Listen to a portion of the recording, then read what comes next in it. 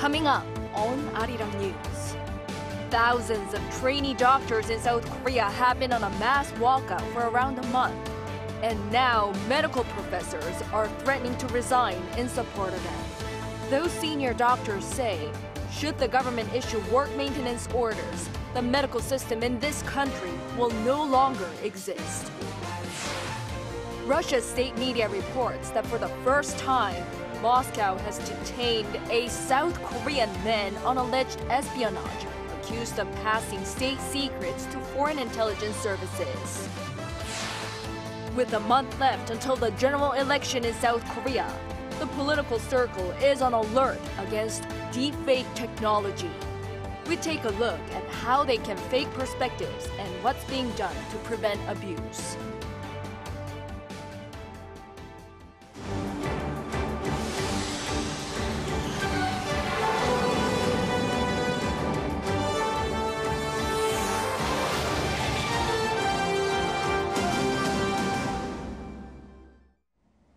Good evening. It's 9 p.m. here in Seoul.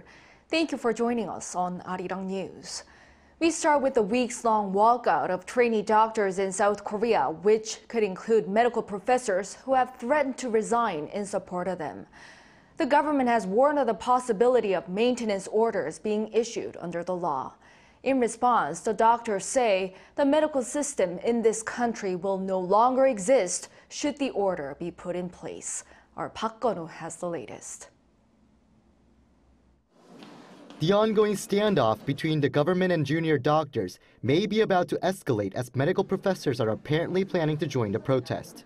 This comes after all professors of medicine at Seoul National University announced on Monday their intention to resign en masse next Monday unless the government addresses the mass walkout by trainee doctors. In a briefing on Tuesday, Health Minister Cho Kyu-hong expressed deep concern over the decision, saying it would put patients at risk. We express grave concerns over the collective decision by medical professors at Seoul National University because it threatens the lives and health of patients. In another briefing the same day, Second Health Vice Minister Bang Min-soo hinted at the possibility of the government issuing treatment maintenance orders for the professors. Since professors are considered medical personnel, they can be subject to various directives under the medical law. We can't confirm whether any specific orders will be enacted for now, but we are currently reviewing this matter. Calling any such orders a mistake, the Korea Medical Association said that the medical system will not only be unable to return to normal, but won't exist altogether if the government isn't careful. It also criticized the government for saying this is all part of its medical reform plan, without proving that the policies are necessary, and even asked for an apology to be issued to the public. At a press conference on Tuesday, the SNU professors proposed postponing the medical school admissions increase by a year and forming a committee that includes members of the public and representatives of resident doctors for discussions on the issue. However, with the government standing firm on its plan to expand the medical student quota by 2,000 slots, the feasibility of meaningful dialogue is questionable. The Medical Professors Association of Korea will also meet this Thursday to discuss a range of issues, including the mass boycott of classes by medical students, as well as a potential unified response by the faculty. Separately, 5 leading hospitals in Seoul are also setting up meetings to examine the possibility of joint action, signaling a broader wave of protests within the healthcare community. Additionally, the nation's health minister met with trainee doctors for the first time on Monday. Details of the meeting, whom he met, or what was discussed were not disclosed, but the government has pledged to fully commit to dialogue going forward. As of Monday, the government had sent advance notices of license suspensions to over 5,500 trainee doctors who have not returned to their post despite a return-to-work order. Park Gun-woo, Arirang News. Meanwhile, the government has unveiled a new plan to increase financial support for smaller specialty hospitals to address the problem of patients often flocking to major hospitals, a cause of greater disparity. It'll also revamp related systems so that more specialists can be hired than trainees. Our Choi Soo-young reports. The government's plan is to change the current medical insurance system based on hospital size. During a cabinet meeting on Tuesday, Prime Minister Han Duck-soo announced the measures to increase financial support for smaller specialty hospitals. Currently, hospitals in South Korea are categorized into primary small clinics, secondary specialty hospitals, and tertiary comprehensive hospitals. Han stated that the government will calculate insurance fees paid based on the medical capabilities of each hospital, not based on their size, to normalize the current healthcare system, which relies heavily on junior doctors. He said the current system gives the largest 5 hospitals in Seoul more support regardless of their actual medical performance or achievements. Some small, specialized hospitals currently treat patients with severe problems at the same level as tertiary comprehensive hospitals. The government aims to reduce excessive dependence on junior doctors and is moving forward to establish an effective medical system. Moreover, the Ministry of Health and Welfare will strengthen its assessments in hiring medical personnel for new medical institutions, doubling the number of specialists compared to trainee doctors. The inconvenience in the medical field due to the departure of trainee doctors reflects a distorted reality that overly relies on them. In top-tier hospitals, the proportion of trainee doctors is about 40% and is abnormal when compared to countries such as the United States and Japan, where it's around 10%. The ministry will also support national university hospitals and regional training hospitals in hiring more specialists to reduce the workload of trainee doctors, allowing them to focus on their training. It added that for specialists, long-term contracts will be promoted over the current customary practice of 1-year short-term contracts to stabilize their employment environments. The government will hold a meeting on reforming the healthcare system, including discussions on increasing insurance fee payments and expanding the employment of specialists. Choi Soo-hyung, Arirang News. Moving on to the upcoming general election. Election campaigning kicks into high gear in Korea ahead of April. Today, both ruling and main opposition parties launched their own campaign committees for this high-stakes election. Our National Assembly correspondent Shin Ha-young has details. With just a month left until the general election, both the ruling and opposition parties have formed their election campaign committees. The ruling People Power Party's interim leader Han Dong-un will serve as its committee's chief chairman. According to a party announcement on Tuesday, the co-chairpersons of the committee are the PPP's floor leader Yoon Jae-ok, former lawmaker Na Kyung-won, former line minister Won Hee-ryong, and current lawmaker An Chol-soo. The PPP emphasized the importance of winning in metropolitan areas including Seoul, Gyeonggi-do Province, and Incheon, stating that the co-chairpersons are expected to lead these areas to victory. A control room to respond to election-related situations will commence operations on Wednesday. In the meantime, the main opposition Democratic Party of Korea on the same day also launched its campaign committee to oversee its election strategy and campaign. Operating under a so-called top 3 system, the committee is led by the DP leader Lee Jae-myung alongside former party leader Lee Hae-chan and former Prime Minister Kim Boo-kyung. The 4 key themes are defined as innovation, integration, public participation, and judgment of the Yoon administration. After opening a ceremony on Tuesday, the committee held its first meeting. While emphasizing the importance of integration to overcome turbulence within the party regarding candidate selection, the committee appealed to voters for support in the upcoming general election. Shin Ha-young, Arirang News. And with less than a month to go until the general election, South Korea is putting its best efforts into making the process fair and just. Many, including the political circles and the police, are paying special attention to the danger of deepfake technology. Our Lee Si-hoo reports. Deepfakes refer to synthetic AI-generated content that convincingly replaces a person's likeness. It also can create sounds and images of things that do not exist in real life. As many countries have elections coming this year, including the South Korean general election, there's much attention on deepfake technology because of its potential to be abused to instill fake perspectives of politicians. In South Korea, the National Assembly last December revised what's called the State Public Officials Act to ban the misuse of deepfakes in election campaigns. Beginning in January, all campaign efforts using deepfakes have been banned. In the private sector, tech giants Naver, Kakao, SK Communications, and others recently adopted a joint declaration to prevent deepfake abuse. The Korea Internet Corporations Association, of which these companies are members, said that the companies will work together to quickly detect and respond to deepfake technology. This follows a voluntary accord signed last month by global big tech companies pledging to fight deceptive AI-generated content interfering with elections around the world. 20 tech companies, including Amazon and Google, vowed during the Munich Security Conference to combat deepfake abuse to safeguard the integrity of electoral processes. South Korea's National Office of Investigation also recently developed new software to better detect deepfakes of South Korean features. Most existing models were produced overseas and consist of Western-oriented data.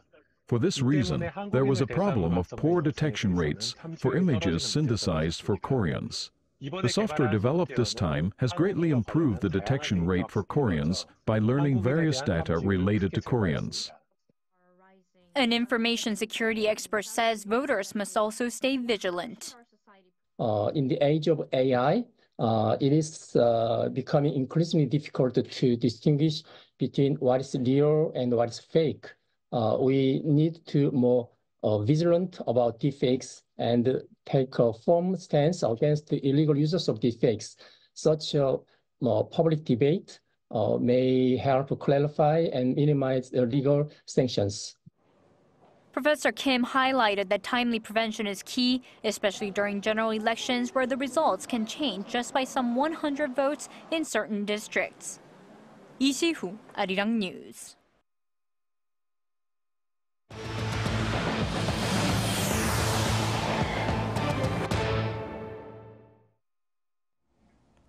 Shifting gears, an umbrella U.S. intelligence agency sees North Korea will continue to pursue its nuclear capabilities while aiming for the goal of achieving international acceptance as a nuclear power, potentially with the help of Russia.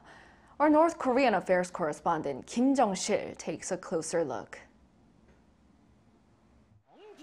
What is going on in North Korean leader Kim Jong-un's mind, and what are his plans for the future?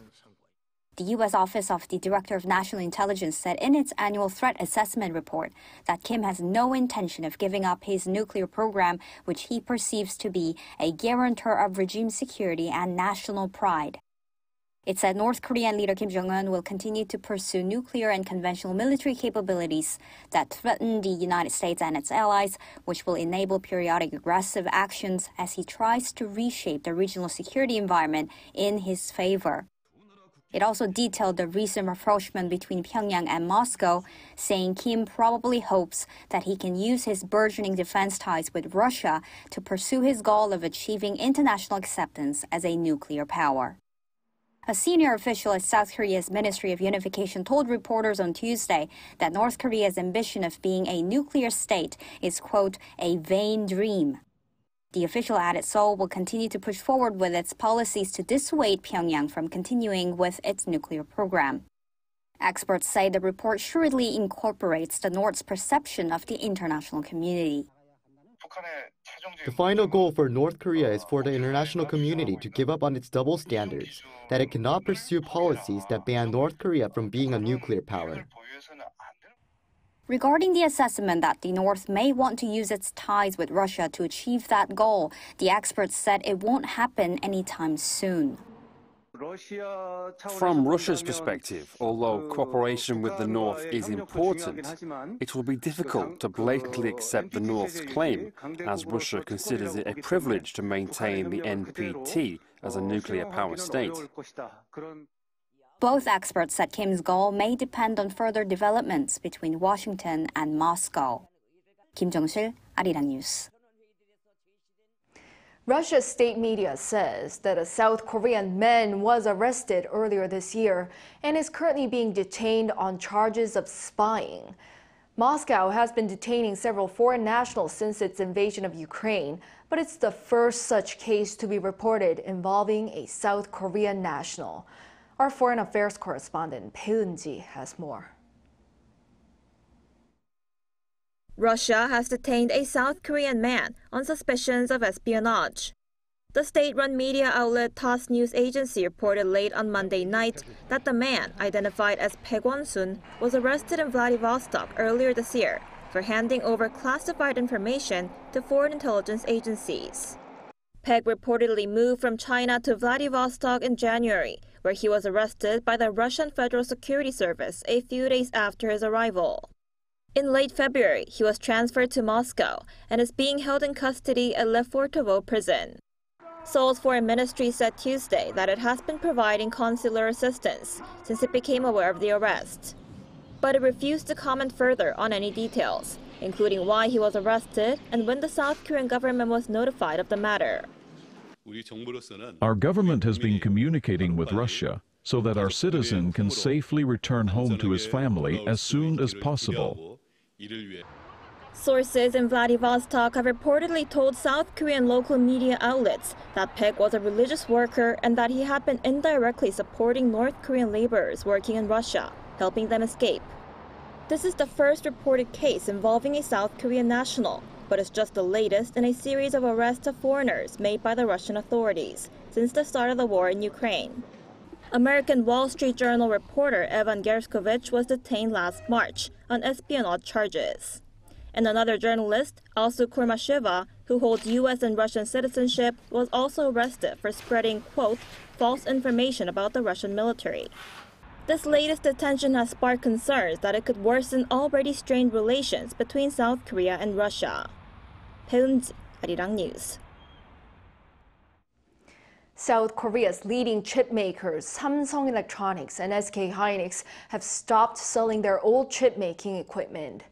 According to the Financial Times on Monday, it's come to light that Samsung and SK have been storing used equipment in warehouses since 2022 instead of selling it.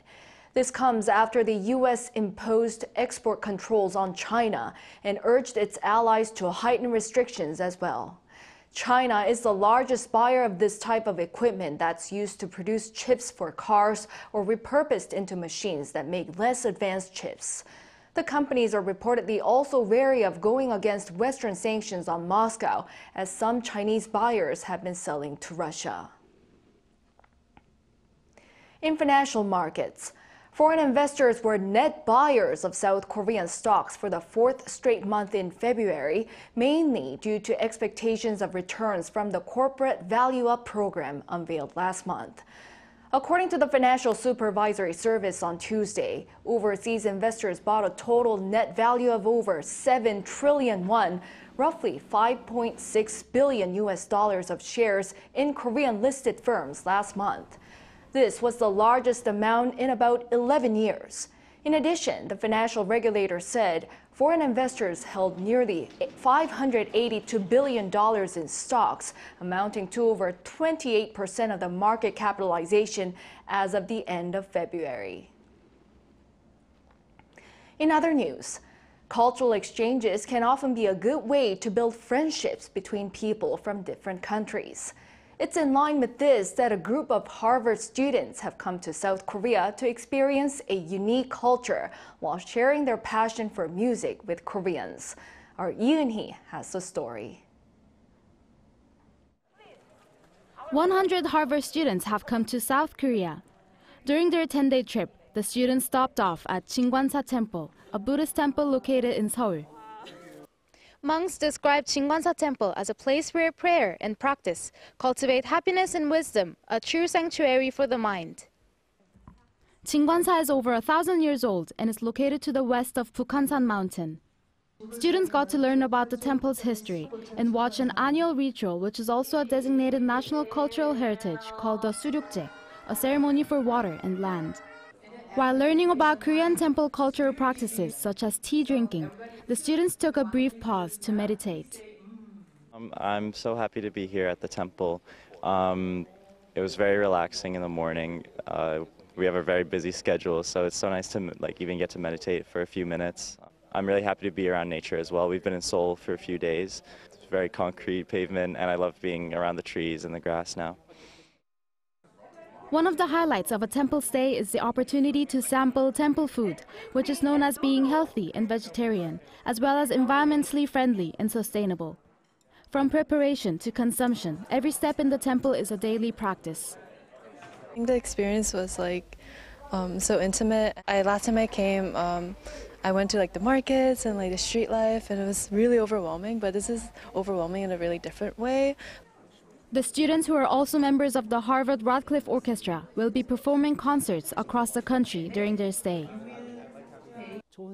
When the mind is harmonious and at peace, music resonates even more beautifully. That's why it's important for musicians to find ways to cleanse and regulate their inner selves.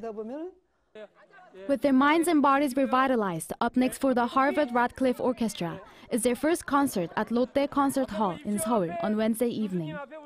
Lee In-hee, Arirang News.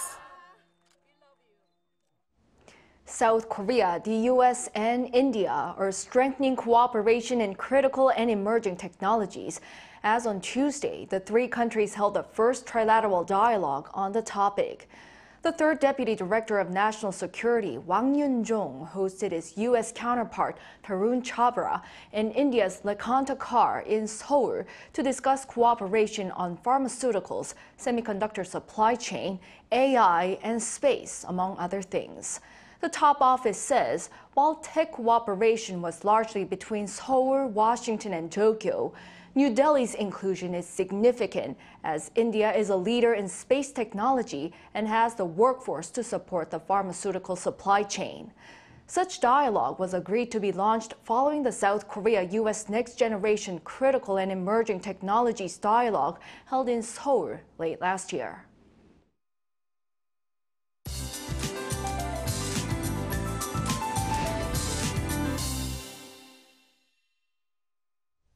Unlike today's cloudy conditions with spring rain, tomorrow a warm front awaits. This will keep weather conditions on the milder side for the next few days.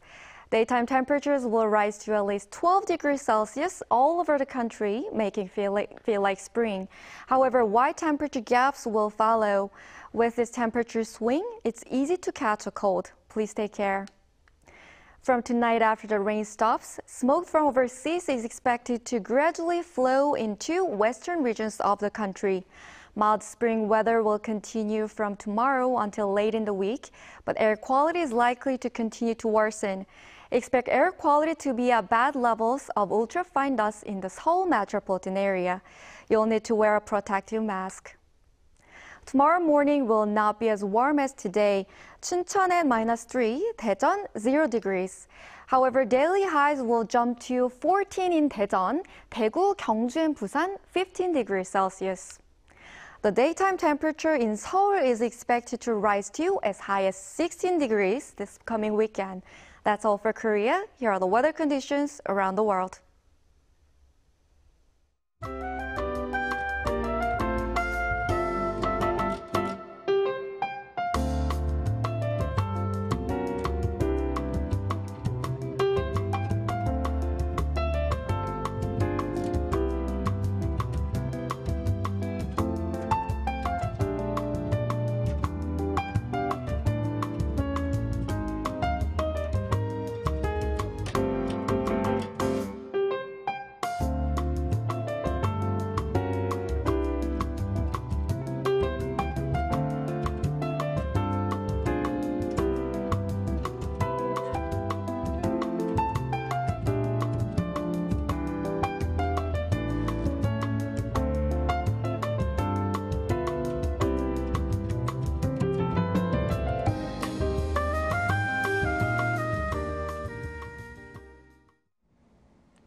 Well, this brings an end to this newscast tonight. Thank you for watching. We'll be back at 10 p.m. with the AI headline news. Good night.